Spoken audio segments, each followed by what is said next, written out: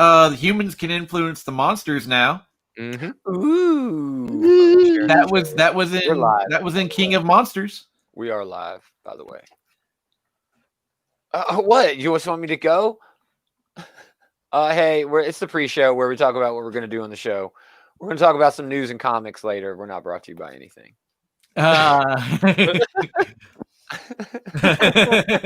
We are sponsor free. Yep. That means we can do all the bad things we want to do. No, we have to set an example for would-be sponsors. I did Adam and Eve. I did show off my Duke in the pre-show. Oh, he showed off his Duke. Showed off my rat trap. Oh, I don't have them open yet, but I did find a Warpath and an Optimus. Which that's awesome. Optimus Prime with the trailer. No shit. No, Earthrise. It's Kingdom. Oh, no. See, it's not at the store I usually shop at yet. I shop at Entertainment Earth online, but I do have it pre-order. Do that. All right, yeah, we're going to talk about what we do on the show. This part, segment 1 is great. Just wait for my segment 1. We are going to talk about Godzilla versus Kong or Kong versus Godzilla. I don't know which one is first. It's Kong versus Godzilla. It's Godzilla versus Kong. Godzilla versus Kong. The old one is Kong versus Godzilla. Oh, okay. Yeah. We're going to talk about some comics, of course. Heroes Reborn, all those teasers. Chip Zdarsky's new project. I might bring up the Future State timeline. We might revisit that halfway through Future State. Is there a timeline? The more I read Future State, it seems like it's just a bunch of combobulated. I don't like it. Discombobulated storylines. It is, but there is a timeline. It just takes place over a huge amount of time. Yeah. Chadwick Boseman was honored very awesomely in Avengers 41. We'll talk about that. And then maybe WandaVision. We might touch on WandaVision a little bit. Yeah. Not a lot happened, but like the biggest thing that did happen, I don't know. There's a couple of big things that happened. Shit, they're babies. Yeah, man, they had a kid. Two kids. The whole Luke and Leia situation. I think we might have to mention that. I got some dope food news that's got a cool geek sort of thing. Oh, here's Taylor finally deciding to join us. We're just talking about you, Taylor. Come on and play. Late. Look at him. He looks gorgeous. I already regret being here if David's going to give me these, like, Warriors. Yeah, the Warriors. Yeah, it was Warriors. Yeah. That's okay. That's okay. Don't regret it. Sorry I'm late. That's okay. We do have a moment of destruction and then our top 3, which was kind of middle of the road with comics. Some of the stuff I read, most of the stuff I read was damn good. Just, I don't know. There wasn't a lot coming out of the stuff I read. So, last week on Tuesday, we did Geekterion Collection Alien, and it was wonderful. It was a big smash hit. Everybody loved it. Go back and listen to it. But we're doing another one next month in February. Leroy. Valentine's Day theme, perhaps. No, it's actually Black History Month, and just the way things happen to go. Yeah, fuck Leroy, you, David.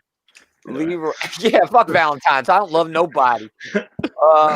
But just the way it happened to go with the Comic Book Bullies joining us for that show, Leroy, who is the only black guy on the show, he got February, and it was kind of funny because it was accidental, happy little accident.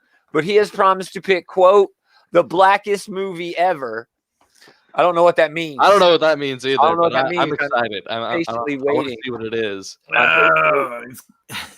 Don't, David. Don't. What is it? It's going to be like Friday or something. Oh, Friday. Yeah, Friday's. Yeah, Friday's good though. It could be Straight Outta Compton. Friday. Heck, it could be Us. It could be Get Out. Man. I love Us.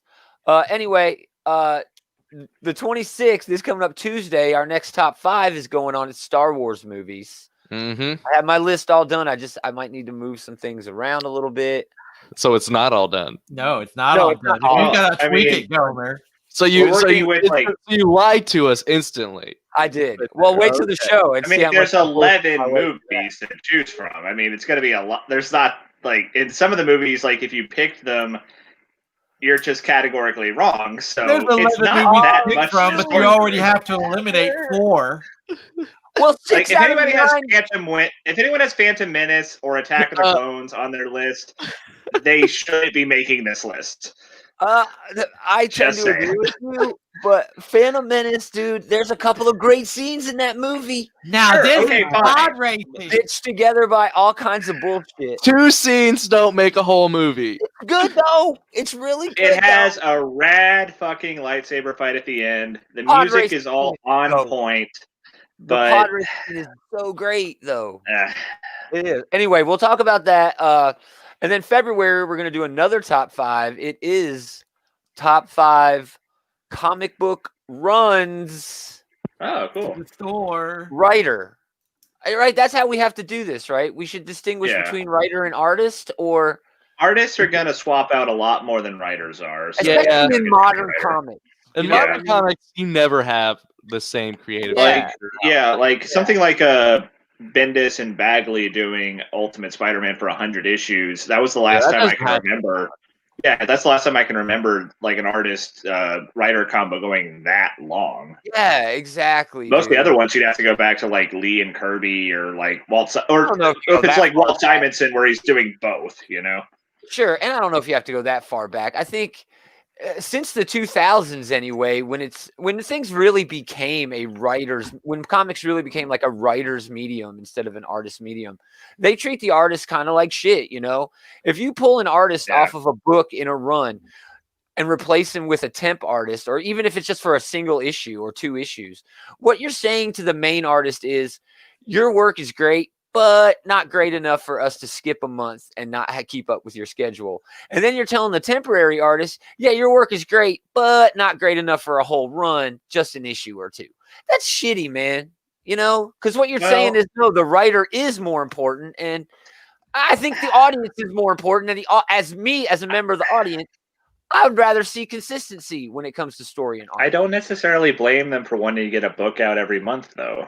You know, with 100 books in a line, Marvel puts out 100 books. That is starting to slim down now. It is, but I don't think that's because of anything that's happening outside of the habits of the consumer.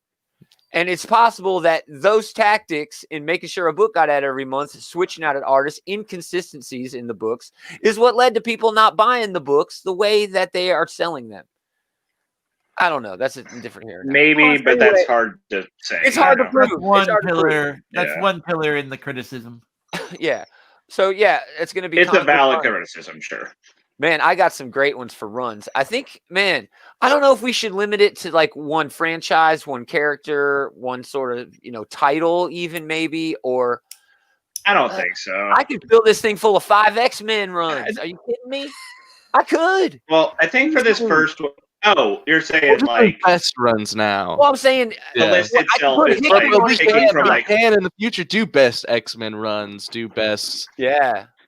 I mean, but I guess for this first one, if you wanted to say like runs, if you wanted to say for this first one, it's like you can pick from anyone, anywhere, but only one writer per book. I guess that would be a decent criteria to use. I could put Hickman on this thing. I could put Bendis on this thing 3 or 4 times. Highlander rules. There can only be one. I kind of like that Highlander rules. David's not even going to be doing this. He's what the hell do we care about your opinion for? Like, I'm going to be listening, and I don't want everyone to say Hickman's Avengers 5 fucking times.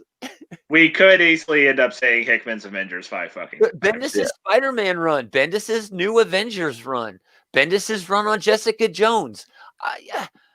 Out of those 3, if we just pick one from Bendis. If we're doing just one per character, though, I'm going to have a hard time between Jason Aaron and Walt Simonson for Thor. Well, no, I'd pick Jason Aaron. It's just more modern. I'd pick Jason Aaron, I like more modern. No, I get what you're saying. I probably would lean that way, but Simonson did some good shit. Like, if they were both, like, available, I'd probably pick both, to go on the list somewhere. But, sure. No, I don't know. I guess that's tomorrow's problem, right? Yeah, that's next month's problem. So future Taylor can deal with that. Look forward to that. But Monday, that's future Taylor's problem. I say that to myself all the time because past me is just the biggest a-hole. Do you refer to yourself as Gomer or as Ryan? When I talk to myself. Yeah, like in your own head. Are you Ryan or are you Gomer? It depends on what I'm doing. When you're angry at yourself, how do you refer to yourself? I'm Gomer when I'm angry at myself. Oh, okay. All right. All right, so Sunday tomorrow was we're doing the first preview yourself show, in the comic book third previews. person. Tuesday, top 5 Star Wars. First person. Let's start this shit.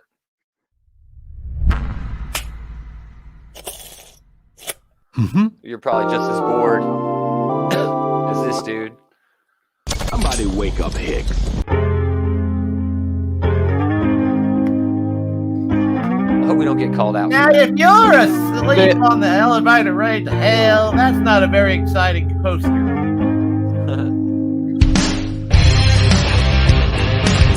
Oh man, it's gonna be great. Oh, we got a comment on there. Cliff, Bendis sucks. Bendis sucks now, Cliff, but Bendis used to be great. Bendis used to be good, but he definitely sucks now. And everything he's done at DC has been bad. Yeah. The last few things he's done at Marvel has been bad. Bendis has more peaks and valleys than any other writer I can think of. It's true. Right now, he's in a pretty The deep highest valley. peaks and lowest, like the biggest gulf between the peaks and the valleys, I guess. His I should Ultimate say. Spidey and New Avengers was just king. Anyway, greetings, Yeah, geeks. good Welcome shit. back. This His Geek and Daredevil Comics. was probably his Oh, best. it was great too. Yeah. It's this Geek and Comics outright geekeries comic book shit talk show. Shit talk show. Shit talk I'm show. your co-host Gomer. With me as always, Adam Normal Taylor, aka David. It's segment 1. How's it going, gentlemen? What did we do this week? What did we watch? What did we do? Oh man, it's I got going a great, great man. Dude, I've been geeking out all day today. I saw that Godzilla vs. King Kong trailer. Yeah, we're gonna So talk about good. that. So Yeah, Oh, that looks so awesome. Yeah, we're gonna. I don't think we'll get demonetized just for that. I don't think we'll get clipped for that. I think it has to be at least a full second. Yeah. Yeah, it's not even but a second.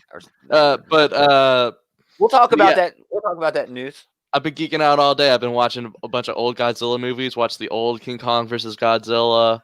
where he gives Godzilla his first vegetables. Yeah. Yeah.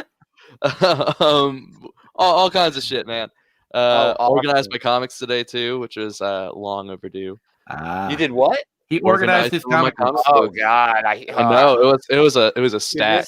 This right here, I don't even know if I can point to it. This Yeah, right I here, see it. I see your big ass stacks back there. of comics. I've got like 3 of those around the house. But anyway, anyone else? What else? What did you guys do this week? Anything cool? Anything fun? Lots of little things, just really nice little things happen. Like Nice. two It's of my an orgy of awesome, not just a single edition yes, of orgy of awesome.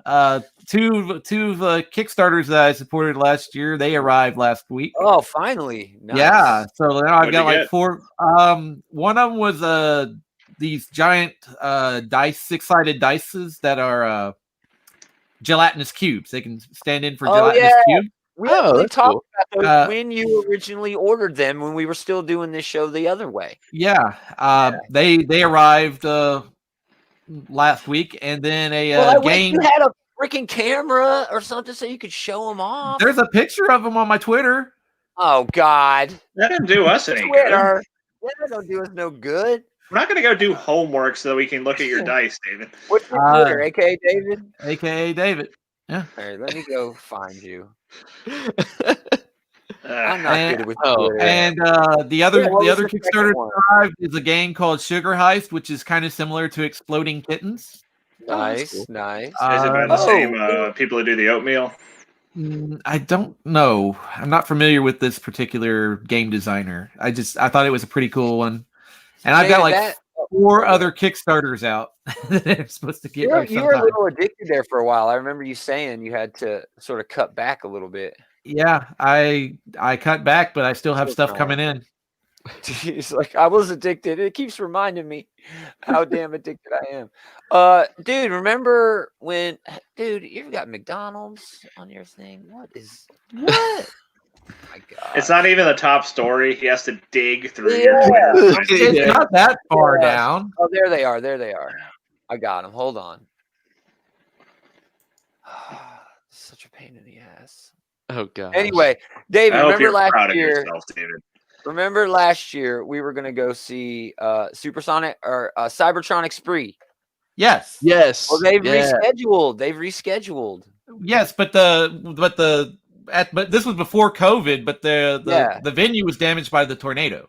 It was supposed to be MC Chris and the Cybertronic Spree. But But Nashville's had a rough year. Yes, Yeah. Nashville had a Bombing particularly and shit, rough too. year. Anyway, hold on. I've almost got those dice. David made it so freaking hard. Nothing could be worth this build up. I know, right? I mean, they're cool, but yeah, they're not this cool. Here they are. There they go. All right. Yeah, those are cool looking. They're okay. Anyway, yeah, we should try to do that. Because I know they rescheduled for November of this year, and I hate going to concerts in the cold, but I don't know. We'll have to wait and see how it goes. Well, yeah. I mean, hopefully we can have COVID thing goes. First, yeah, hopefully we can have nice things again by I want nice maybe things. late summer. I don't know. Yeah, I still have like a show that I had gotten tickets for as a birthday gift for T-Pack that I'm still waiting to go to now. They got canceled because of COVID, but they're going to honor the tickets. Cool. That's good of them. Yeah. Well, I guess they don't really have much of a choice. But, yeah. Taylor, anything cool this week before I'm just kind of settling into my routine of playing. I'm in a D&D campaign that meets on Fridays and a D&D campaign that meets on Sundays. So. Oh man, you have two going. Gotta be confusing. Yeah, I can't even get one. What are your characters? It happened earlier today. You going at the same time. Look at you. I'd be confused. It did happen earlier today where I thought that like our character. I thought our characters were 5th level, like in the other campaign, but they're not. They're at 3rd level. So I'm like, nice. You should be able to attack twice there. Oh wait, no, we're only 3rd level, so no, Nice. you can't. Oh no! Yeah, that would attack twice. So me. are you like a barbarian or a fighter or what? The other character was a barbarian. I am a ranger in one campaign, and I'm a cleric in the other campaign. Fun. So the guy who's playing the barbarian is starting to realize that, like, while he's raging, he's effectively invincible because he's the bear totem barbarian who takes half damage while he's raging. Yeah, and like unless you're fighting something that's like 5 CR higher than you, you cannot lose.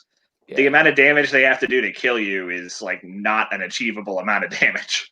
So cool. But either way. I love playing a cleric, man, because you just be. Clerics are fun. Cleric's one of my favorite classes. Go heal. Anyway, I watched TV this week. I watched Bridgerton. Man. Actually, I watched an episode of this and it wasn't that bad. Dude, I actually enjoyed it. It's like a soap opera. It's a drama. And someone's just now tuning in. Oh, these motherfuckers talking about Bridgerton? What kind of a show is the Geek and Comics? What the hell y'all talking about? Anyway, yeah, they're gone now. They're gone. It's got some pretty good dialogue in it, actually. It's set in the competitive world of Regency era London's ton during the season when debutantes are presented to court. And it's soap opera relationships, it's a little complexity there with emotions and things like that. But man, it is horny as hell. I mean, it's my old lady started watching it. She's like, "Oh, I heard about this." I was like, "Yeah, put it on." I was just reading comics. Like halfway through the first episode, I'm like, "Holy crap, this thing's awesome!" So yeah, Bridgerton. The hottest person on the show is literally this guy right here. No shame in my game. Which the Adam Levine looking guy? Who? The guy, the lead singer of Maroon 5. No, the guy with this redhead here. That looks like the guy from Maroon 5. I don't know Maroon 5. Doesn't, but yeah, I don't know that guy from Maroon 5. I do, and it doesn't look like that. So yeah, that was, dude. I couldn't pull myself away from that damn show. But I like how you're like, it's this guy, and there's like a picture of 3 guys. Like, which one are you fucking talking about, Gomer? So yeah, that was I was expecting to get a lot more shit for that. No, I mean, like what you like, man. We're not here to bust your balls over liking. Oh, no. I mean, okay, if we're gonna be perfectly honest, there's not that much difference between comic books and soap operas. Yeah, man. They actually share a lot of similarities. There's not much difference between soap operas and wrestling. Guys in rubber lizard suits all day today, so like, yeah. There's not much difference between guys in lizard suits and wrestling.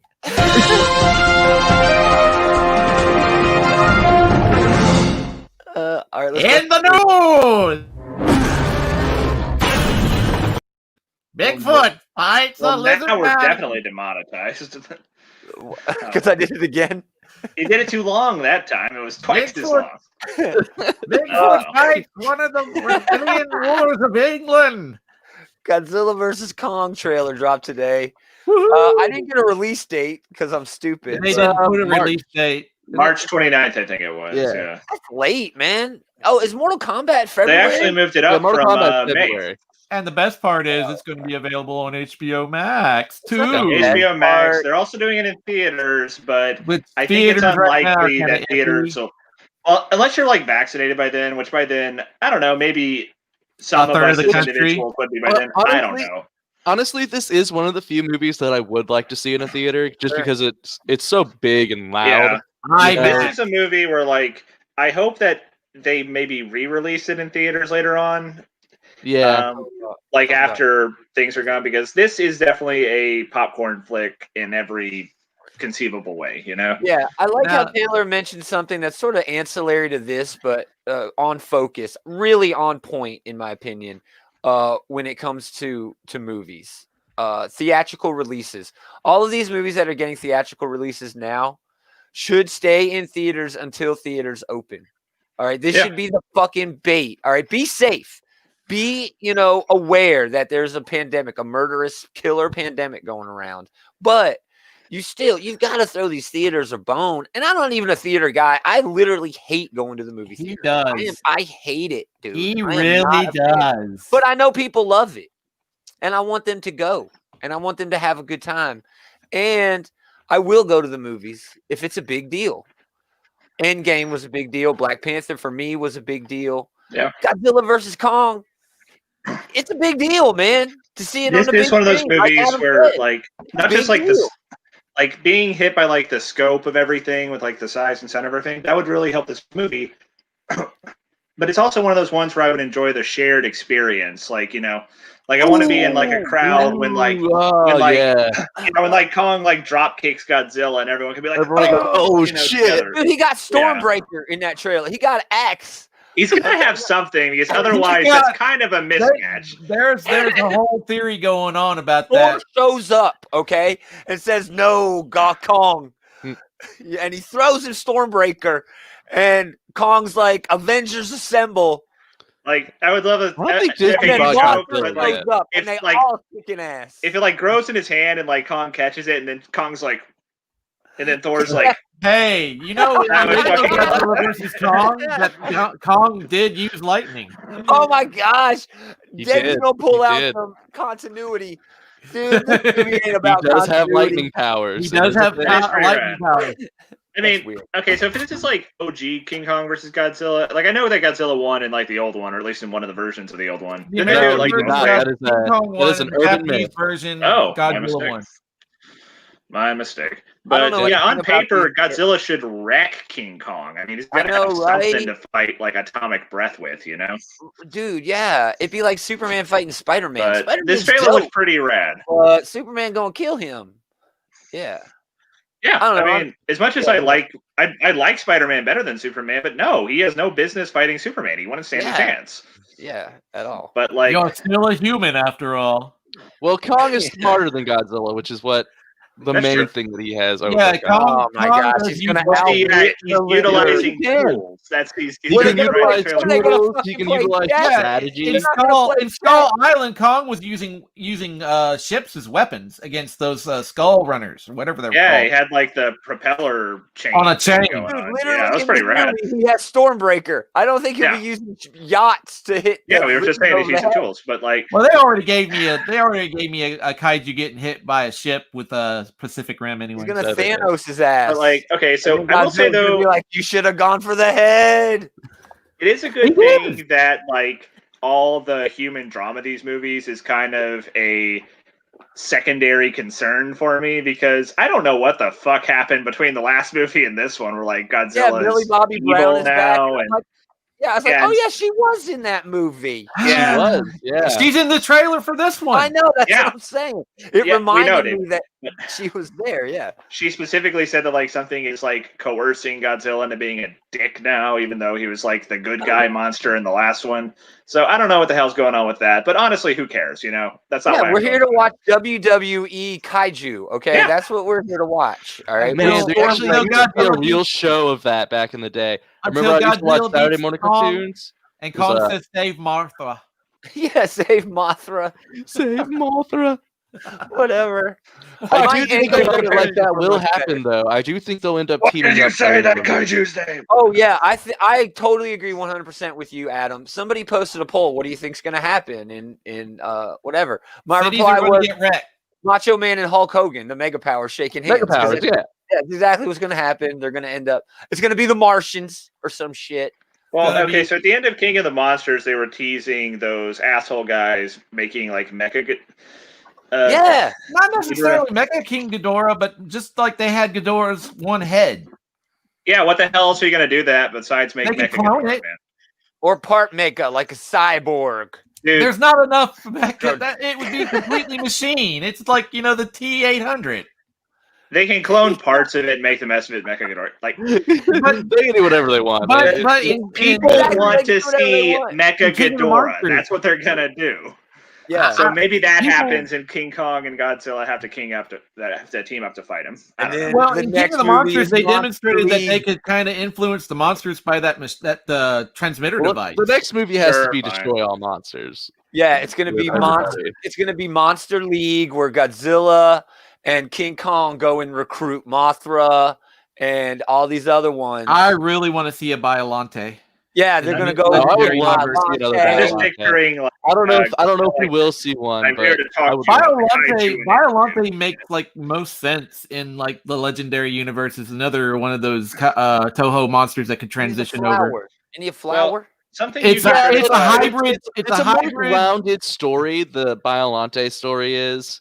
As far as Godzilla monsters are, so he kind of fits into the legendary too, y'all. But Biollante was created by humans. Yeah, so was Godzilla kind of right? If they want to change the continuity, they can. So, like, yeah, exactly. The particulars of how they did it doesn't really matter. Exactly, Taylor. 100%. But like one thing you criticize King of the Monsters for is they kind of already used all the A-list kaiju. You know. They already use Ghidorah. They already use Rodan. They already use Mothra. Yeah. They brought in a whole bunch of kaiju that they don't. Yeah, but don't care about them. But the only one really big A-listers left, I guess, at this point are Mecha Godzilla and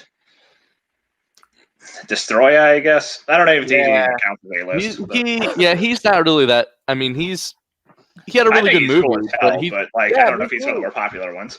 Yeah, but he's not super popular. I don't know if how Destroya could be introduced in this continuity. It's difficult. No, it's not. What are you? They already used the Oxygen Destroyer in the last movie. So that's what I'm saying, though. Like, insane. You're talking all these old like Godzilla movies, they really got out there with the origins of some of these monsters, and at a certain point, it's like, fuck them. Who cares? Well, who cares? Well, I'm make just up saying, a new continuity. It does not matter. I don't know. The old continuity, the weapon that killed the 1954 Godzilla was the Oxygen Destroyer, and it ended up creating Destroya. Well, they used the Oxygen Destroyer in the last movie. Yeah, they did. Oh, that's right, they did. Yeah. Moving on. They did use it. Moving on. New book announced: Spider-Man, Spider's Shadow. It's a 4-issue series by Chip Zdarsky. Pasquale Ferry is doing the art. This is Chip tweeted out. This is something we've been working on for a while. A chance to reinvent the What If brand, telling longer stories with the best artists. He did something a little bit like this before with Spider-Man. He did that Decades book or whatever the hell, Life Story. Mm-hmm. So this is basically what if Spider-Man became Venom. I probably wouldn't give this book a chance, but since it's Chip Zdarsky doing it, I'm probably going to check it out. I'm definitely checking it out, and that's the. It does have a pedigree with the creative team for sure. Yeah. So that was quick and easy. We don't know anything else. All right, let's get into this nonsense. Heroes Reborn.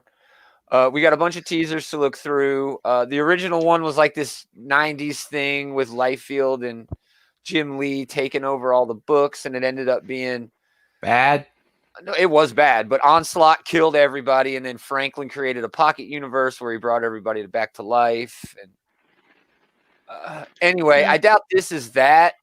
I'm leaning more towards this being a Mephisto thing, spinning out of Avengers, or something just all on its own. That's the wrong image. Sorry. Here's our first one. That right there is why I think it's a Mephisto thing, because Coulson has to do. I mean, he's controlled by Mephisto right now in the Avengers book, so makes sense. Unless that's just one part of a line-wide event. Yeah. Right, because here's your Hulk too. Right, we know Hulk is coming to an end pretty soon, right? Okay, so this one I wanted to ask though. Everything else, it's like it's Vampire Thanos, it's like Juggernaut, Doctor Doom. How is this Hulk different from the normal Hulk? I can't tell. I don't know. How is this Coulson different from the Coulson? I think that's kind of. I understand what you're saying with sort of these mashups that they're doing, but I don't think the mashups are in and of themselves like a constant theme. At least that Coulson was in a situation where we don't normally see Coulson. I mean, Hulk punches scissor-faced dogs all the time, sure. He's like a dog catcher. He's like the dad from Friday. He's like, all day long, my foot up a dog's ass. Here's that Juggerdoom thing we got. The Cyttorak crystal in Doom. I don't know. That's a little bit. The idea here just like, let's mash together two people with very distinctive headgear? Because I don't really get much of a connection between them otherwise. I can understand Doom wanting that crystal, though, seeking that power. I mean, it's power. He would be unstoppable. I mean, he's already basically unstoppable. That's anyway, the insurance.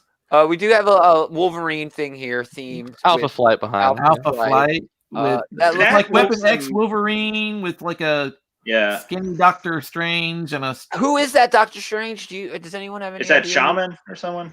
Maybe, man. I don't know. That's a cool concept too. Like a crossover between Krampus and Sasquatch.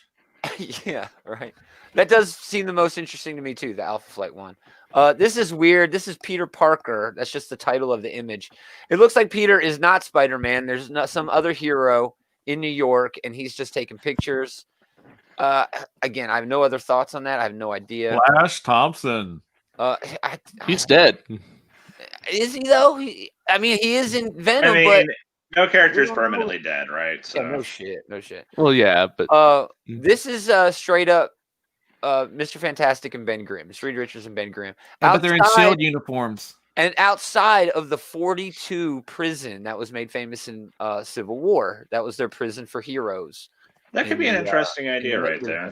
We'll see. I'm not like depends on who's writing it. Of the like half a dozen or so things they released, this is one of the couple that I'm like, okay, that actually seems kind of interesting.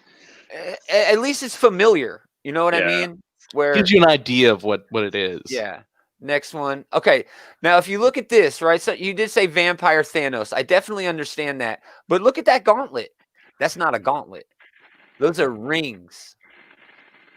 Like a Mandarin. Oh, the Infinity Rings. Possibly. I don't know. But it's definitely more. It's not a gauntlet. And it's definitely rings. And that does ring true to Mandarin. I don't need more Thanos Infinity stuff, man. Dude, that's all he has anymore. That's all they have. That's all they do with him anymore. It's like DC and their crises. It's all the same. Thanos is definitely getting overplayed at this point. Oh, dude. Once Hickman was done with him through that whole run, he was done for me, man. I didn't need anything.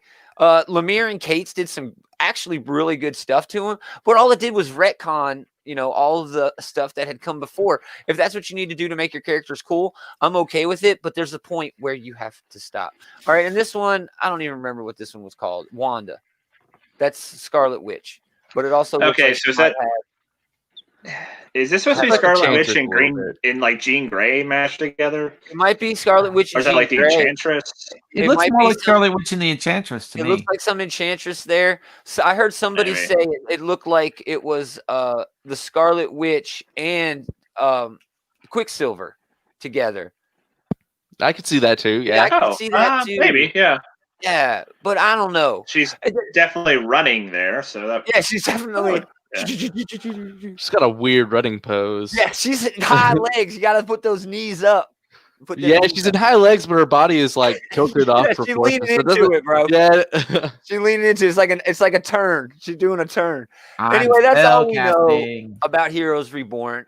The best guess is when King in Black is all said and done, this is going to be the next big line-wide event. We know Marvel loves doing those, and don't take anything away from DC. They love doing them too. They just always kind of look like this. But I don't know, You're getting man. a lot of mileage out of that Batman image. Oh, I'm going to keep it in there. I've kept it in there. Anyway, so yeah, I don't know. I need to see creative teams. I need to see solicits. I need to see price tags. I need to see issue counts for the runs. I just need a little bit more information before. But I am mostly interested. just want to see descriptors. Like, what the hell is all this? Yeah, this is basically the first tease of what's coming. These are our hors d'oeuvres. All right, moving on. Over to DC. Future State actually has a timeline. All right. I mean, I think everybody here, knows what I think. I don't like it. But these timelines, I didn't realize that it was taking place in different times. I didn't either. I had no idea. Now it makes sense. I read Immortal Wonder Woman, and I was like, wait a minute, what is going? And yeah, so Mortal Wonder Woman made me even question if it was even in the same continuity. But everything's happening in a different time. Yeah. Does this make the event better or worse? It makes it worse. I think it makes it worse too. I hate that. But at least it makes a little bit more sense of when everything is going on. At least it makes more sense on why it doesn't make sense. Yeah. Okay. Honestly, none of this is in continuity. The whole shtick is supposed to be. No, I'm just saying the whole shtick is supposed to be that like it's a potential future for the real DC universe, but like no one actually thinks that they're gonna like stick to that, and this really is have just another crisis. It's just a big collection of what ifs, and so I don't. That's not to necessarily defend them because most of these books are middling at best. Yes, but I think that if we're worried about the continuity, you're kind of missing the point. And DC itself is arguably missing the point if they're releasing this timeline. I mean, right? Well, at the end of the day, my thing is that they replaced their entire line with these middling, overpriced, confusing books that make no sense, and that you need a timeline for to 2 weeks later. You need a timeline 2 weeks later. We're like 2 weeks into Future State, this and now I get a timeline. I may be late on having the timeline, just for full whatever. But I don't know, man. Anyway, moving on. Chadwick Boseman, and I'm going to talk about this book later, but was honored in Avengers number 41. I think everybody here may have read it, but at one point, a Wakandan helicarrier comes in, and it was the helicarrier Boseman, which is just freaking great, man. I was like, oh, like, it's a great way to whatever meme. Give him a nod, yeah. Yep. Yeah, very good. All right. We see stuff like that in like Batman all the time, or they name like parts of the county or whatever. Yeah. So it's great to see that in Avengers for Boseman, Yeah, they should carry that on. I really like that idea. Yeah. I really like that idea. Do we want to talk about WandaVision very quickly? We talk a little bit. We still don't know what's going on, but we know a little bit more. There's more of a wrinkle here that I don't think they've given her name officially, but Monica Rambeau. Geraldine is what they were calling her. Well, sure, but Disney has actually come out and said that is Monica Rambeau, but in the show, no, they haven't called her Monica. Yeah. She apparently was an outsider inside of Wanda's little dreamscape, although I don't think it's in her mindscape per se, because we have seen an actual physical space that is. There's a physical barrier that they have to go through. Yeah. So there's rumors on the internet that there are, and this is the opinion that I share, because it's all speculation at this point. Wanda has, taken over part of a place, okay? Because the doctor in this episode said, oh, it's so hard to leave. You know what I mean? Mm-hmm. But I also think SWORD, which is just an updated version of S.H.I.E.L.D., is trying to contain this problem, while there is a third party, Agnes, the primary person there, who is also trying to manipulate things. So we don't really know, but I think that's the going, theory right now. We don't know how that's what it seems like. Yeah, we don't know how all those pieces fit together. Though. Like we got twins in this. We got Billy and Tommy. What in color? In color. We had the neighbor, freaking out, talking to Agnes, and stuff was going on. I was honestly wondering, if she was ever going to get around to mentioning Pietro, because if she's just doing her Mindscape thing, I'm surprised he's not back. Maybe they're building up to that. I don't know, but and yeah, I mean, whatever's going on, she has a lot of level of control over it because she rewound in this episode again after she did it in the last episode too. When Bridget's like, "Don't you think something's wrong with all this?" And she's all like, Yeah. And then when Monica was like, "Oh yeah, Pietro, who was killed by Ultron," and she's all like, "Fuck off!" Why did you say that name? Why did you say that name? She didn't say it's better than that, but she. No, it's much better. She did VoIP her the hell out of town. Yeah. Yeah, I mean, okay, but we are comic book insiders. We understand all of these connections to things. But I don't think the babies coming out had as big of an impact on somebody who doesn't really understand, who Tommy and Billy are in the comics. You know what I mean? And how important they are for a universe who's adding a Miss Marvel, who's adding, Riri pretty soon, right? That's been announced, hasn't it? I think so. It's hard to keep track of all the freaking. We already have Cassie Lang. Yeah, we already have these characters. We have Hawkeye. We have a young Hawkeye now. Yeah. So I guess that's what you were saying. I don't think she's Cassie Lang in there. No, Cassie Lang. No, Cassie Lang's Ant-Man's. Oh yeah, that's right. That's right. My bad. But anyway, they are building towards Young Avengers in a amazing way, and they have all the pieces there except for Iron Lad, which probably won't happen because Riri's gonna. If you're gonna do Iron Lad, you do Iron Heart, not Iron Lad. Yeah. Iron Lad is way too complicated anyway, man. Yeah. And we already have enough time travel tropes in the Marvel MCU. Right? No shit. They have to do Kang before they do Iron Lad, so they have to wait a decade if they even wanted to try that. Yeah, I don't want Kang, really, to be honest with you. Anyway, moving on. I think Kang's coming. But Kang is coming, but I wish he wasn't. Moving on to food news. Actually, some nerd-related food news. Limited edition Ghostbusters Twinkies have been announced with Ghostbusters Afterlife. You'll notice it's a little bit different. Obligatory. Well, there's Twinkie. There's a reason why it's blue and not. I know. Yeah, Muncher. Sure, but I still think they should do green, especially since. When are they releasing these? When the movie comes out, or is it like they're out? They're already sold out for online. Okay, then do it green because we haven't seen the new movie yet. We don't give a shit about Muncher yet. Yeah, and they should definitely bring Ecto Cooler back. But what do we think of Muncher here? Muncher's fine, right? It's a little chubby, Fat. It looks kind of sad a little bit.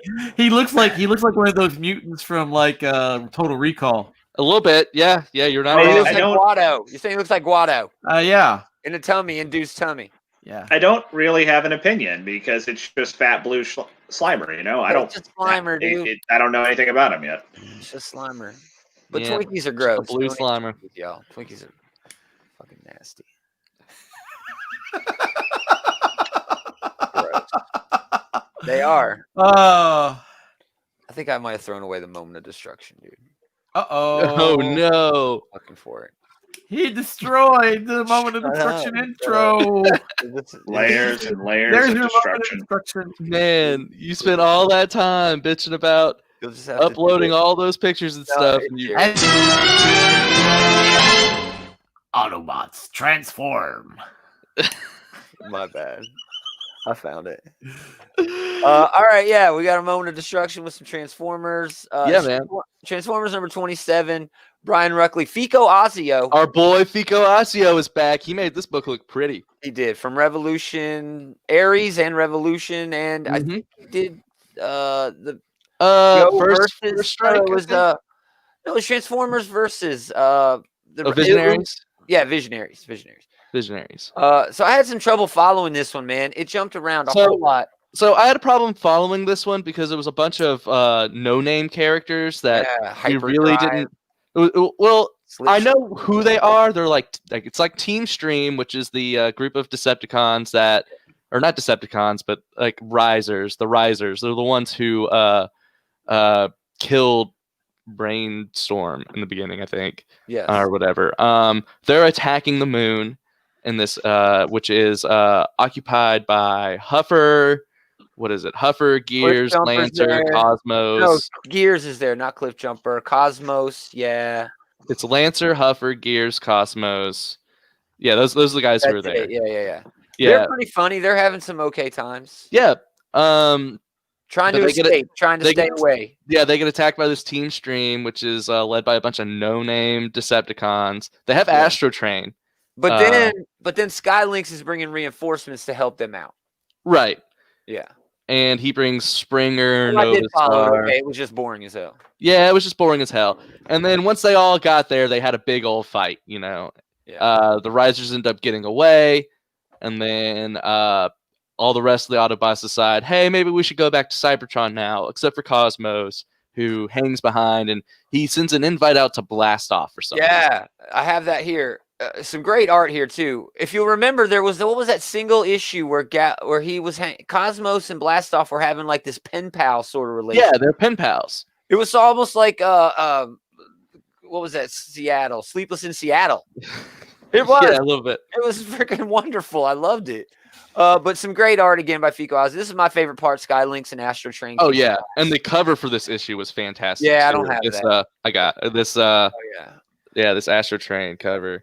But yeah, the problem, like, I like the action in this issue. The choreography is still really fun and stuff. The problem is that all these characters are pretty much no-name characters whose motivations we don't care about, and we don't care about if they live or die. So doesn't this feel like filler? Who cares what's going on in the moon when there's literally a revolution happening on Cybertron? We're missing that for this. Yeah, this feels like the least important fight. Yeah. That we could be watching right now. They're all working to get these refugees off of Cybertron, these organic refugees. You figured that's what Skylynx would be doing. Yeah, considering he can fly and can carry a lot of people. I don't know, man. Whatever. Kind of lame. It's kind of still lame. Fico Ossio art, though, still pretty great. Oh, yeah. The Fico Ossio art was just chef's kiss, but I don't think we have one tomorrow. Tune in tomorrow night. We'll talk about that when we talk about the previews. Let's do our reviews.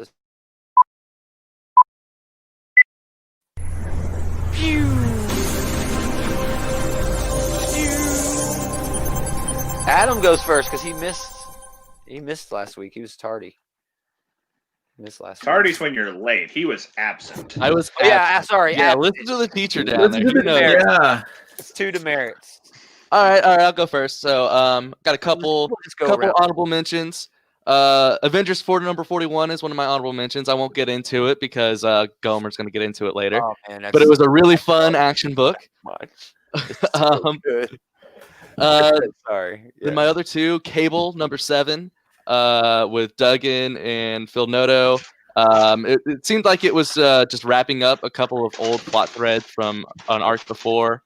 But it had good Phil Noto art and some good implications for where it's going in the future. You want me to bag on that book real quick? Yeah, please. This issue ended exactly where this entire series started. Only with a different partner. Oh, okay. Didn't it? He's looking for kids, right? And I only started reading this after at the very beginning of this series, it's all about Cable looking for these kids. Right. And it seemed like he was wrapping that story up. And he picks up Rachel. Him and Rachel are doing it. Mm-hmm. So at the end of this, he's the same thing, but he picks up Domino. Oh, yeah. And then it's still great. It's still wonderful. My last honorable mention is X-Force 16. It's another fun action book where they're basically just fighting weird underwater zombie things. Like sea monsters. Sea monster stuff. Did Namor send those, or are those just byproducts of... Namor did not send those. Those are just byproducts of whatever the disease is that's underneath there. And Namor was just mad about it. So what do you think? All right. They talked about it being sort of like a cancer. If you remember in House of X and Powers of 10, the place where Moira lives on Krakoa is one of those like Krakoan cancer. It's called like her no place. Yeah. So that might. I'm just saying. Maybe because I didn't have that on my list either. It's my honorable mention too. Yeah. Good choices all. But my number 3 book of the week was Iron Fist, Heart of the Dragon #1. Oh my gosh, that's my Larry Hama, David Watcher. This was, I got it for Larry Hama, and I was not disappointed. It was surprisingly funny. I loved all of the Luke Cage, all that stuff was great. Them playing hide and seek. Oh yeah. It had some really good fight choreography. It was really fun fighting all those ninjas. Taskmaster was funny too. Honestly, Luke Cage doesn't get enough time to just like be a dad in the comics, and he's really cute as a dad, to be perfectly honest. He is. Yeah. But there's lots of great fighting throughout this. The artwork was great. I think it was what's the name? David Watcher. Yep. Yeah, I thought it was Wachter. It might be Wachter.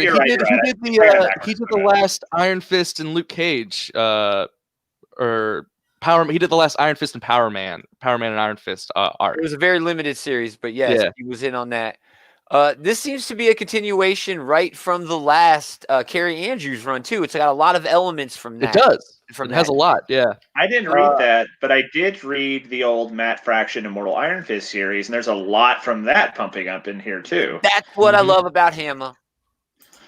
He just loves Iron Fist. He only writes what he loves. I'm sorry, I follow everything. This is again my number 2 pick. I still have a number 3 pick coming up, but dude, I love Larry Hama because of G.I. Joe. All right, and that's the only reason I need. But yeah, this was a treat. Anybody who is a fan of comics should pick this up. How about that last page where it's like, no, this had nothing to do with anything, but here's where it's actually going. And there's like this big celestial being, not like a Marvel celestial, like an actual goddess or something. Yeah. Freaking awesome, dude. Yep. So good. So good. That was really cool. I enjoyed it a lot. The dialogue was maybe a little wooden sounding. The dialogue was a little old school in parts. He definitely, Larry Hama had his thesaurus out and was using his big words that people don't necessarily use in conversation anymore. Oh, it's like, it read like something from like, maybe like an old like Neil Adams comic where it was like, or like an old Danny O'Neill comic where it was like, ha! Watch as I defeat you, Iron Fist, type of shit. But he's a living legend. He's old. I'm not saying like I get it, but like that, Sure. That's why this is a 6-issue miniseries. Just Hama, go and do your thing. Marvel is starting to do that a little bit more. Throw some of the old, legends a bone, and give them a book and let them run with it. And not all of them are going to hit. Some of them are going to be crap. This one, I think this one's pretty damn good. I came for Hama. He carried. We're not disappointed. He gave me Hama. Yeah. But dude, Wachter and his art. Everything is in motion. Everything is just moving. And look at this panel. It's like you can see them running out. This right here. Yeah, those ninjas kept giving me Ninja Turtle vibes the whole time. Oh, yeah, they do look like that. TMNT guy. Wachter is mainly known as the Teenage Mutant Ninja Turtles guy. Makes sense. I guarantee you that's where they met. Was at IDW because Larry Hama's doing the Joe stuff at IDW now. He's doing So yeah, great book, great choice. Wonderful choice. David, number 3 after honorable mention. Honorable mention. Keep up. These long, awkward pauses. All right, honorable mentions. We got the first one here is a book called Rain Like Hammers by Brandon Graham. Sorry. It's just a lot of good sequential art, very unique art style, kind of a very pastel kind of color scheme to it, but it's the story of a guy living on a mobile city, and it's just his day-to-day life, and then the events that begin to shape around that, where we have one of these other mobile cities. They're named after animals. We have like possum, camel, llama. Yeah. One of them goes down, and they have to mount a rescue mission and a salvage mission, and that's pretty much that. And he's talking about all this, like, food and stuff he's eating, sleeping, watching TV shows, music. Just kind of a very slice of life on a mobile city on a distant planet. It's post-consumer dystopian. Yeah. It's beautiful. It was it did kind of remind me of the people on the ship in Wall-E. Oh, sure. That's what it kind of reminded me of. It was very well done. Yes. The next book I have here is in honorable mentions is Barbalian, Red Planet, number 3. Just a continuation of the story. We have the other Martian arrived on Earth and is trying to kill Mark Mars, and we find out that there's another superhero in the city called Dr. Day, and she has the powers of sunlight, and she uses them to heal people in a hospital that caters to a largely gay clientele. But she realizes that Mark Mars is a Martian, not human. And they basically have a conversation about, well, if you're going to be living here and you're going to be doing all these kind of things, it wouldn't hurt to maybe let people know that you care about that you aren't really necessarily a human. Okay. And the other alien, Bose or whatever his name is, he ends up killing another police officer at the station Mark Mars is at, in order to infiltrate the station and, I guess, prepare to kill Mark Mars. But okay, I didn't read it. I might pick it up and trade. My number 3 pick is a book from Dark Horse Comics called Crimson Flower, issue number 1. It's the story of, well, she doesn't have a name, but it's this young lady who lives in Russia. She sells pharmaceutical samples to doctors and clinics, and she's trying to track down the man who killed her father. The artwork is really crazy. It's Matt Lewinsky, and the writer is Matt Kent. Matt Kent, he does crazy stuff. So. Oh, man, the artwork is like a cross between Jeff Darrows and Crumb. Ooh, sure. That sounds interesting, yeah. But she pretty much is going through trying to find who killed her father. She comes across one of these assassins that work for the KGB, and she's like, "Do you remember me? You killed my father." And he's like, "No, I didn't kill your father because how he died is not my method of killing." Yeah, and pretty much it just goes into a fight. She figures out her next target and how to get to him, but she's kind of imagining herself as kind of an avenging knight or avenging angel called the Crimson Flower. That's towards the end of it. Well, what it's supposed to be doing is taking like old nursery rhymes and old like myths and legends, like Grimm's fairy tales type things, and weaponizing them. At least that's the solicit. I got a little bit of that from the end of this book. Wow, you really buried the lead there, David. That actually does sound pretty interesting. Yeah, but that's not really what happened in this. That's not what happened. Yeah. It sort of it leans that way by the end of the issue, but it doesn't fully get into that. At least what was, as this book was promoted, but I don't know. But it's really crazy artwork. I love it. The artwork, the artwork is like insane. Like, but we should have sent me some. I would have gotten some pictures of that, man. Sorry. Okay, it's fine. Yeah, good choice. Yep. Taylor, honorable mentions number 3. I'll do an honorable mention for the Future State Catwoman book. I like heists, and this is basically a train heist. The artwork was pretty good throughout it. I had read an issue that the writer Ram, is it Ram the Fifth or is it Ram V? I always say Ram V, but I always say Ram V. Yeah, I have no idea. Yeah. Okay. So yeah, Ram V. I read an issue of his Catwoman a few weeks ago, and I like that, and I like this too. So it's nothing that's like blowing your mind or anything, but it's just good, good straightforward. It's good comics, yeah. Yeah. Nice. For my number 3, mine's the same as Adam's. I also did Iron Fist, Heart of the Dragon. Excellent choice. Go ahead. I'm just going to go through this art again. Oh, well, I think we already talked about it, but yeah, it's gorgeous. It had a good mixture of action, levity, and just stellar artwork throughout the whole thing. I will say though that like Taskmaster is such an uneven opponent. Like sometimes they are just mopping the floor with him. Other times he's like fucking invincible. And like here he it depends on the writer, man. Sometimes he's a complete joke. He really should be invincible. He should be. You know what I mean? Sometimes he's having a bad day. He should be pretty hard to beat for someone who's like not superhuman level. Like I don't think Spider-Man would have much trouble with him because no matter how much he imitates the movement, he can't match like superhuman speed. And for someone like Iron Fist, sure, he's a daunting opponent. Yeah.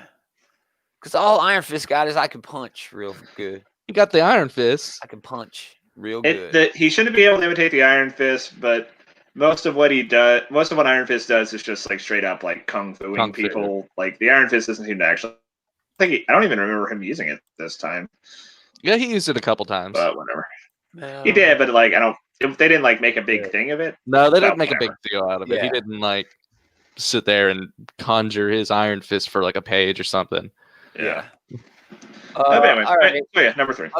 That's an excellent choice. It was my number 2 choice. My honorable mentions, Scumbag was dope. I think Adam's going to mention that in a bit if I know him.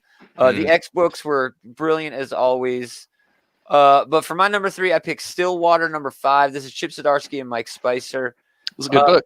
It's a horror comic. All right. It's a town where everybody heals, nobody ages and doesn't die. It just continues to be wonderful. This issue deals with some of the politics of the small town, where there's a group of individuals in the town who have secretly gotten together and shared this idea with each other that they want to reveal the secret to the world. Okay. So they're going to take that to the judge, who is sort of this, authoritarian leader of the town, who says, no, I'm keeping you safe by keeping this secret. So they go to like a town meeting.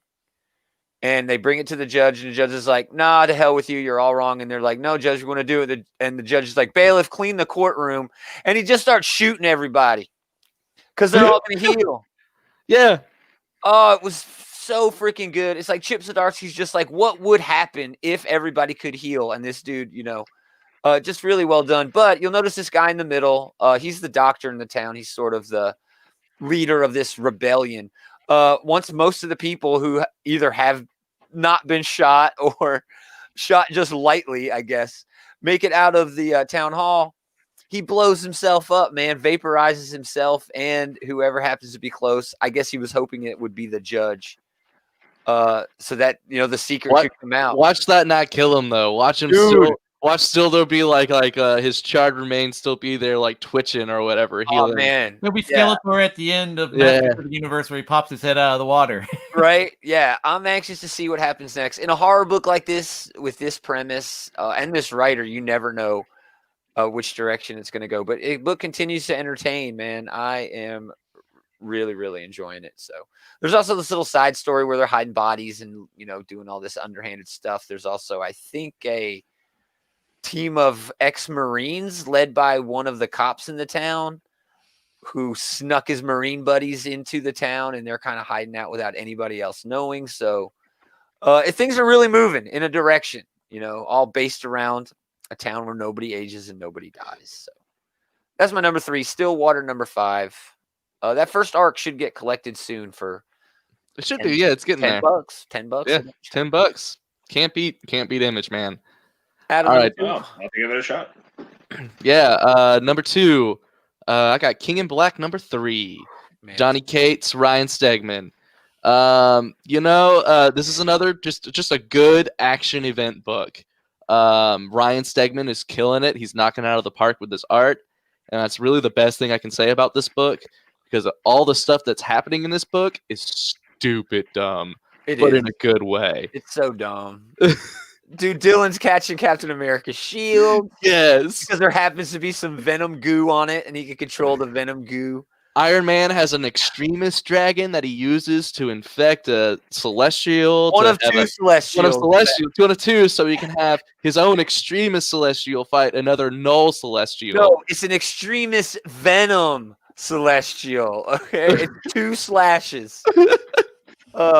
Noel gets his entire face knocked off by Thor, but it's still. That's one of those like sentences that really makes me glad to like be picking up comics in general. It's like, and then Iron Man used his extremist dragon to turn a celestial into fight a venomized null celestial. Dude, no shit, dude. There's so many things you have to know and understand to comprehend that sentence. You know what I mean? Yeah, because you have to know first off what the hell extremist is. Dude, extremist is like a 20-minute conversation with somebody who doesn't know what extremist is. Yeah. It really is is for the people who are uninitiated, because that's a long walk to get to where that makes sense. It really is, dude. But man, I didn't like this for the same reason you loved it. It's just all flash, no substance. It is all flash, no substance. What do you think about this week, what do you think about the last page reveal? Does Donny Cates suck his own D or what? Come on, man. Are you kidding me? Oh, man. What was the last page reveal? Silver Surfer? Oh, yeah. I'm all down for Silver Surfer. Wasn't it like Silver? Yeah, Silver Surfer coming down. I love me some Silver Surfer, so he can show up. Silver Surfer Black from his Silver Surfer Black run and the end of his Guardians run and the middle of his Thor run. And there's a reason why he writes the entire cosmic universe. I know, it's weird. So he can throw Silver Surfer into everything. It's weird, man. What are they going to do? There's still a lot of issues left. Is Silver Surfer the savior that we need? I don't know, man. How many issues is this event? Is it 5 or is it 6? I think it's 6. Well, then no, it can't be Silver Surfer. Dylan's coming. I did thumb through, and I did really like Thor's dialogue with Noel there, where it's like, like, you can spare me the goddamn speech, but like, yeah. That's lazy writing. Okay, I'm just gonna say it. No, it's not. It was in character. No, it is. It's not. Yeah. No, it's actually very smart writing. There's a fine line between considering that great writing and bad writing, and it's probably pretty great writing. Considering what this event is, which is really Ryan Stegman, okay? It is Ryan Stegman. Yeah. Ryan Stegman steals the show in this issue. Donny Cates is definitely leading him in the right direction, but everything he's doing in this so far, he's already done in Venom, and like I said, Guardians, and Silver Surfer Black now. Obviously. Now he's getting the big platform. He's getting to where all the casuals can come in and see how awesome all this shit is. Maybe. We just mentioned that he has extremist celestial dragon null Venom armor. Hey, it looks cool. You don't have to know what it is. Man, it really looks dope. Celestials duking it out in the middle of New York, man, that's rad as hell, dude. It's really cool. But I mean, I think that's the main thing for this. It's just rad as hell. There's nothing. That's my same problem with the Avengers run right now. Oh no, you're totally wrong. Totally wrong. All right, go ahead, Dave. He's gonna have something crazy on this one. I know it. Scumbag number 2. Oh man, great. Oh man, that's my number 1, man. This keeps getting better and better, man. It does. It's just he's going through to have sex, man. He just wants to be part of the orgy. He wants to be part of the orgy, and the people at the orgy are like, no, and he's like, I got a suitcase full of drugs. Yeah, he even has a sex robot, but the sex robot is sentient, so it won't have sex with him because he's too gross. Yeah, he asked for a sentient sex robot in the last issue. They gave him a partner that wants to imprint and like learn about him, and he's just like, no. Yeah, he's like, consent, and I don't give you consent to touch my body. Flying Trans Am. Yeah. Get to it. White privilege Batman. White privilege Batman. Spot on. The main character of this is talking to the bad guy, and the bad guy mentions Batman. He has the first issue of Batman. And then the main character, the scumbag, goes on this amazingly long tirade about how terrible Batman is. Yeah, he's just a symbol of white privilege. He's just a rich white man who goes around and beats up poor disenfranchised people. So awesome. This is Leroy's whole rant about Batman in comic form. The bad guy comes back and says, no, he earned his privilege by going out there and doing it. And it's like perfect. It is. I don't know how this book became just the shittiest person in the world doing awesome. And in this issue, just totally flipped the script. It's just as entertaining, same premise, but just went full on SJW in every possible direction you could come from. Well, I was actually kind of shocked by that turn. To be fair, though, this guy does give this whole big speech about Batman is white privilege and like fuck you guys because I know you're trying to screw over the world and stuff. But at the end, he still does sell out his values for a sex island. So exactly, the villain offers him a sex island where a Judas Priest will play, will live with him because I don't know if I would want to live with Judas Priest. I don't know. It depends on how much drugs they're giving me. Yeah, right. But he has no drugs now, so he definitely needs more. This book, I mean, I don't know what is happening. It's all over the place. It's literally equal parts the most offensive thing I've ever seen and the most woke book I've read in that week. It's weird, dude. It was kind of a shock when he goes and does this, like, I'm doing this because it's the right thing to do, and he wraps himself in the American flag and he's walking out, and it's like, well, what if we give you $10 billion in gold and your own island with a bunch of party girls and Judas Priest? It was just, oh my gosh. Of course. Oh, I mean, he's saying something here, man. This book is trying to say everything, and I think it's doing it is. I just really wish it's got a murderer's row of artists working on it. Yeah. Every issue's a different artist. This one is Roland. What is it? Bashi. Yeah, Roland Bashi. He actually worked with who's the writer on this? I can never. This is Remender. Yeah, Rick Remender. He worked with Rick Remender on something, dude. Yeah, it was. Oh shit. Yeah, it was one of the lesser known books, but it was. Yeah, good. but this issue's great. The orgy is just crazy. The orgy, it's like 3 pages of orgy in this. There's like a 2-page splash that would put Stephen Sedgwick to shame. It would. I don't know about that. Make him blush a little bit. Yeah, right. I'm looking for that book by Boshi. But yeah, great choice. I can't find it. But yeah, great choice. Do you work on X-Force at all with him? That's where he met a lot of his issues of X-Force. That's where he met a lot of his artists. Was on X-Force. Good choice, Dave. Taylor. Number 2. My number 2 is actually going to be Nightwing Future State. It was okay. It was okay. I love how he caught the Batman. That was the best part. He worked on Boshi. Future State Batman sucks. Yeah, Future State Batman's the worst Batman. Even that Commissioner Gordon Batman was better than this Batman. Okay, in the robot. Nightwing does kind of just trounce the dude, yeah. But I thought it had a lot of good action sequences. With his voice. Mostly, I just like the grizzled old Dick Grayson who is he's not taking shit anymore, Yeah. He's being the bad motherfucker in this one, Yeah. But he had he's all yes, I know they're on their way, but I'm just tired of all the subterfuge. Yeah. Well, at one point he's going out of his way he's going out of his way to hurt people, Yeah. Yeah. Well, at one point he even says, going into that, I was just going to say, he's like, oh, I thought the magistrate was going with all, robot, sentries and stuff like that. Great. I just get to beat the shit out of more people. Oh, man. I don't know. I'm still not a fan of Dick. Grow up, David. Yeah, but David, come on, bro. I had no way said that as a joke. Yeah, I liked Dick Grayson's turn as the spy master here, and I thought it was a fun read. And I haven't read any of the stuff with new Batman, what's his name, Fox, but every time I do see him, he does kind of suck. I haven't read an issue that he's appeared in so far where he doesn't just get his ass kicked by someone. He hasn't done anything cool yet at all. In the Justice League book, he was hanging out with cool people. That's cool. He was hanging out with cool people. The entire Justice League stuff. Joe was doing all the Batman stuff. I know. All the Justice League people at the end got punked by the Hyper Clan. So was it the UFOs?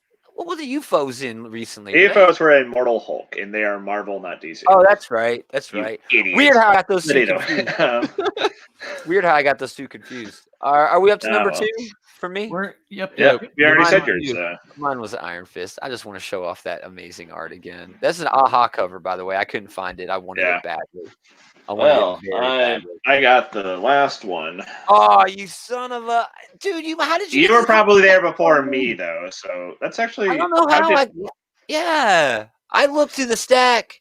It's possible that somebody had it in their hold box and put it back. And put it back. Did not want that cover. The fool. Fool. The moron. Anyway, yeah, great art on there. I'm on for the whole 6 issues, man. I'm on for the whole. Me too, man. Yep. Cool. My number 1 was Scumbag number 4. Nice choice. Yep, great book. 3 pages of orgy. Yep, that's all you need. Wonderful. And it was full on orgy. I mean, it was. Positions and I got some ideas, You can use it. Tell my old lady, hey. You should read this book real quick. David, that's up to you for numero uno. Are you AKA or MIA? AKA? He is. He looks like he's AKA. MIA. Great, he's dead. And he's never coming back. Your mic's muted. Oh, well, he's gone. He thought you were going to talk longer about your book. About a book he already talked about? Yeah, about a book you already mentioned that David heard you mention. Maybe it was something insane. Maybe he's okay. I mean, I hope he's okay. Oh, there he is. I'm back. Okay. You're late. You're number 1. Number 1. I'm just going to be stupid and say Future State Immortal Wonder Woman number 1. That's not Didn't read it. Was it good? The backup stories were better.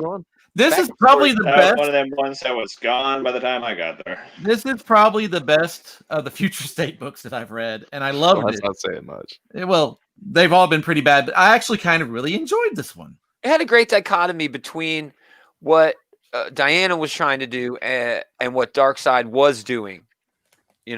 Yeah, Darkseid was sacrificing people so he could get to Earth. Diana's trying to save Earth, what's left of Earth.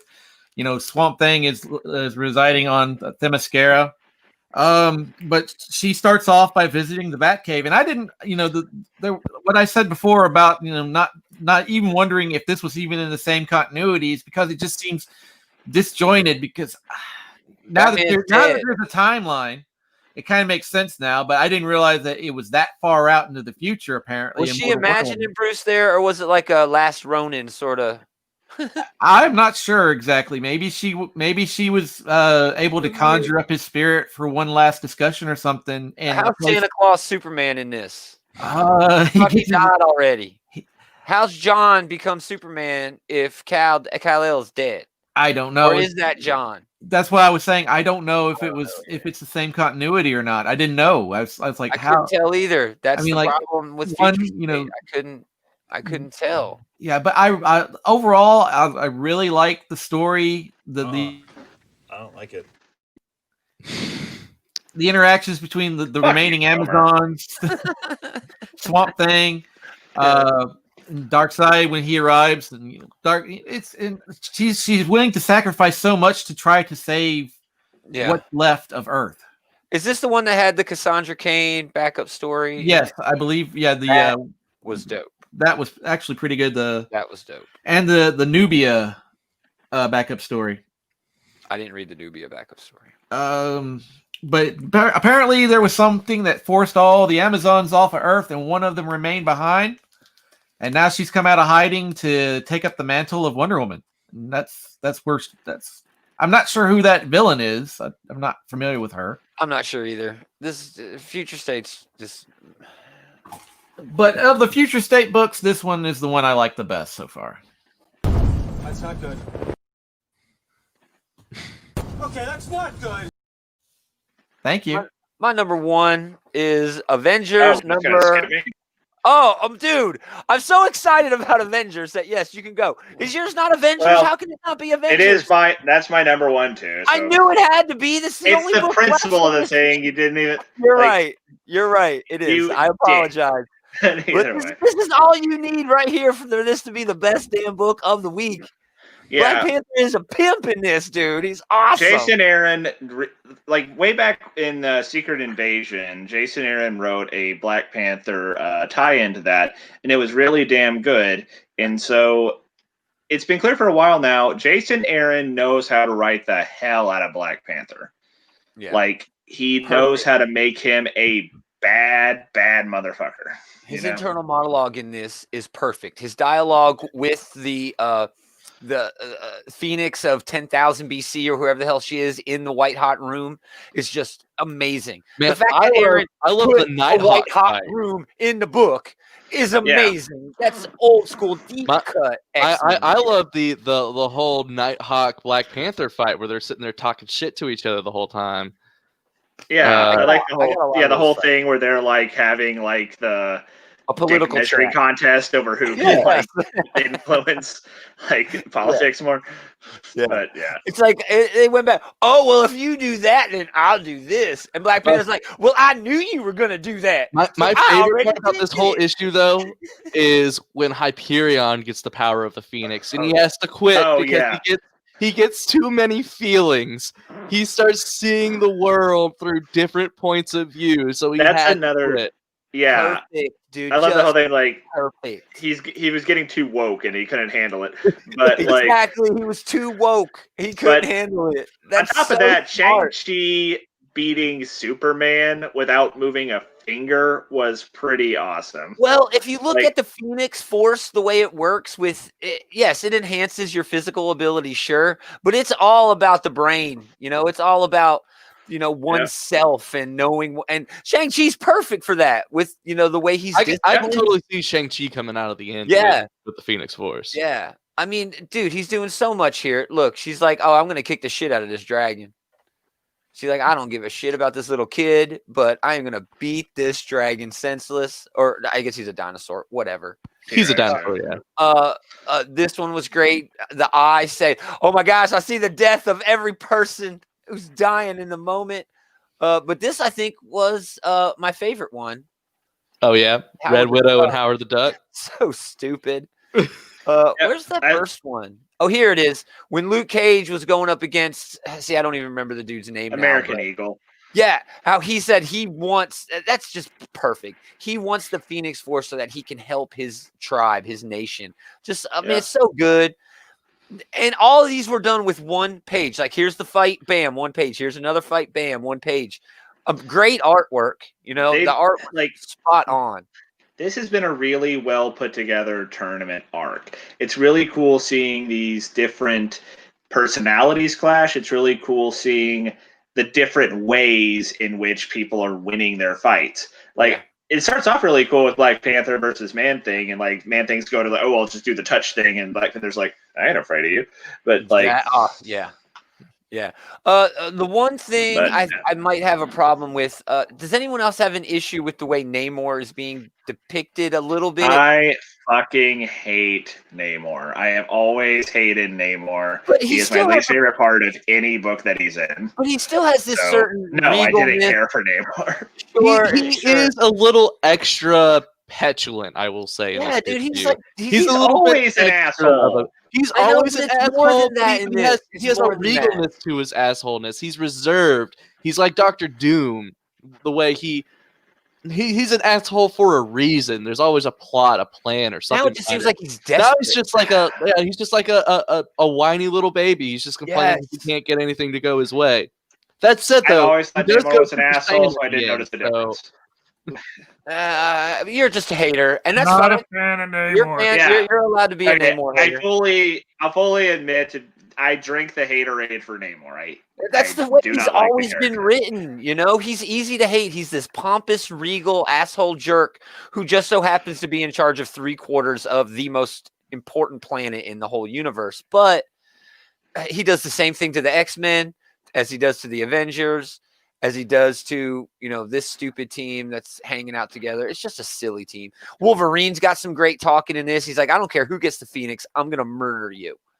It's just perfect, because he's dealt with the monster so much. Man, Jason Aaron doing his own thing. He did a really good job. This is the arc that we thought Ten of Swords was going to be. Yeah, it really is. I really like the shifting perspectives, too. Like, I think he did a great job with Cap's internal monologue in this one. He did an even better job with T'Challa in this one. Oh, man. So, his good shit. monologue with T'Challa is perfect. To me, this is the quintessential Black Panther, as a character. The way he speaks, the way he does everything in this is perfect. You just love the way he carries himself because he feels so in control. And even when he's dealing with this like primordial force of nature that like ravages the cosmos, he's like, I'm going to enjoy taming you. Well, he has that communication with the previous Black Panthers. Yeah. So he knows all about who this monster really is. And I want to. Oh yeah, I like the way that I like the 10 million BC Phoenix saying that like our Black Panther was just a dude with some magic rocks, but you always got the feeling that he thought he could take us down in a moment if he had to. Yeah, yeah, and I mean Black Panther said as much that he has to take you down. He's going to take the monster down at one point or another. I don't think you can do that. I don't think you can take the Phoenix down. I think no. The Phoenix, it'll come back. Yeah, I mean that's the point, but I mean, Black Panther. We mentioned Dr. Doom earlier. Like something I like about both of those characters is how indomitable they are. Sure. Like even though like on paper, no, that's absurd. Of course, you wouldn't stand a chance. They are the type of character where it's like, I am going to give them a huge benefit of the doubt when they're punching above their weight class just because of who they are, And I think that might be part of the angle of why Namor feels so impotent, because he's already lost that fight once. He was part of the Phoenix Five. He knows that he can't. He wants that shit. He's going to take it. And he's going to be overcome by the Worth pointing out, he was the first one to get his ass kicked and lose it. Bitch. All right. On that note, we're going to end. Well, hold on a second. I did look up who Render and Boschi's current president works, and they did work together on the Hell Hydra book, and they worked together on a Winter Soldier book called The Bitter March. That was a good book too. I have that. That was okay. Those were both good books. Yeah, that was okay. Cool. Yeah. David always coming through with the knowledge. Cool. Thanks for hanging out, everybody. We really appreciate it. If you hung out this long, you're on Facebook or YouTube or Twitter. You're a glutton for punishment. Go to those other two Yeah, you're a glutton for punishment. What the hell are you doing? There's a playoff game on, isn't there? But probably. We're on all three of those platforms. So go over to the other two. Search out Outright Geekery. Like us over there. Share us out. Tell your friends. Tell your mom. Tell your pa. Going down to Arkansas. Also go over to patreon.com/Outright Geekery and help us out there. If you are so inclined, that would be wonderful. We just want a buck a month. Just a tip. Just a tip. Just a quarter an episode. It's easy. We have a bunch of other shows. We have our Monday night show where we do our comic book previews. We're doing that tomorrow. This Tuesday, definitely tune in. We are doing top 5 Star Wars movies. It's going to be dope. It's going to be crazy. We have other shows on this channel, the Comic Book Bullies. They do their stuff usually Mondays, Sundays, something like that. Really late in the morning, Monday morning, whatever. Check them out. We also have Big Willie doing all kinds of shit over here throughout the week. OK Boomer reviewing Silver and Golden Age books. He's doing all kinds of opening boxes. What's in the box? He's got creator interviews. He did like a 4-hour creator interview the other day where he just let this artist draw for like 4 hours while he talked to him about his life and his inspirations. And it was wonderful. It was great. So to go check those out.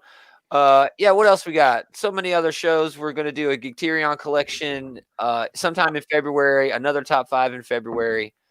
And Jules is still pestering me about doing that Star Trek show, so we might end up doing that sooner rather than later. I'm not sure yet. So yeah, thanks for listening, but most of all, thanks you guys for hanging out with this guy. Oh, anytime, man. We're gonna do it again next time. Same Geek time, same Geek channel. Yeah, Jules won't leave me alone about that Star Trek show. Yeah, good though.